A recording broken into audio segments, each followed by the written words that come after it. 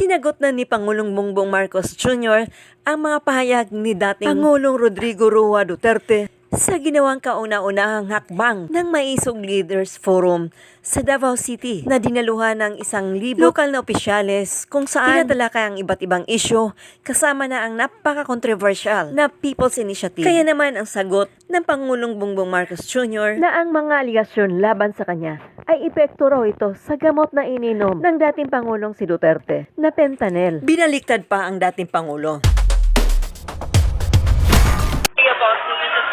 President Duterte last time, the drugs initiative, and I'm urging you to resign.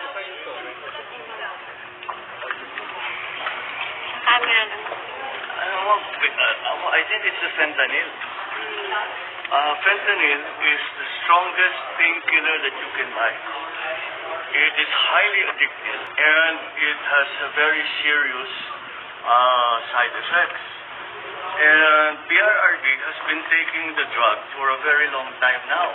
When was the last time he told us that he was taking fentanyl? 5, 6 years ago. Something like that. After 5, 6 years, it has to affect yung kaya palagay ko kaya nagkakaganyan. So, you know, I hope his doctors take better care of him. Hindi pinapabayaan itong mga nagiging problema.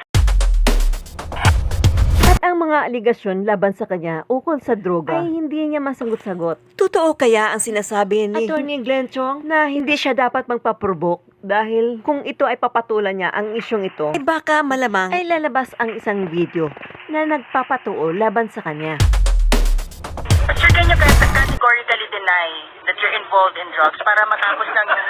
Okay na tayo. Thank you. Even dignified. Okay, let's see the report. Thank you, sir. At the end, deadma ang mga media. Dahil once aminin niya yan, talagang yari siya. Kaya tinatawanan lang niya ito. Ito ang madalas niyang sagot. Once tatanungin siya ukol sa drug. Uulat, what's new? Sa hindi pa nakapag-subscribe, follow, and share. Huwag niyong kalimutan na tangkilikin upang patuloy na makapaghatid ako ng magandang balita.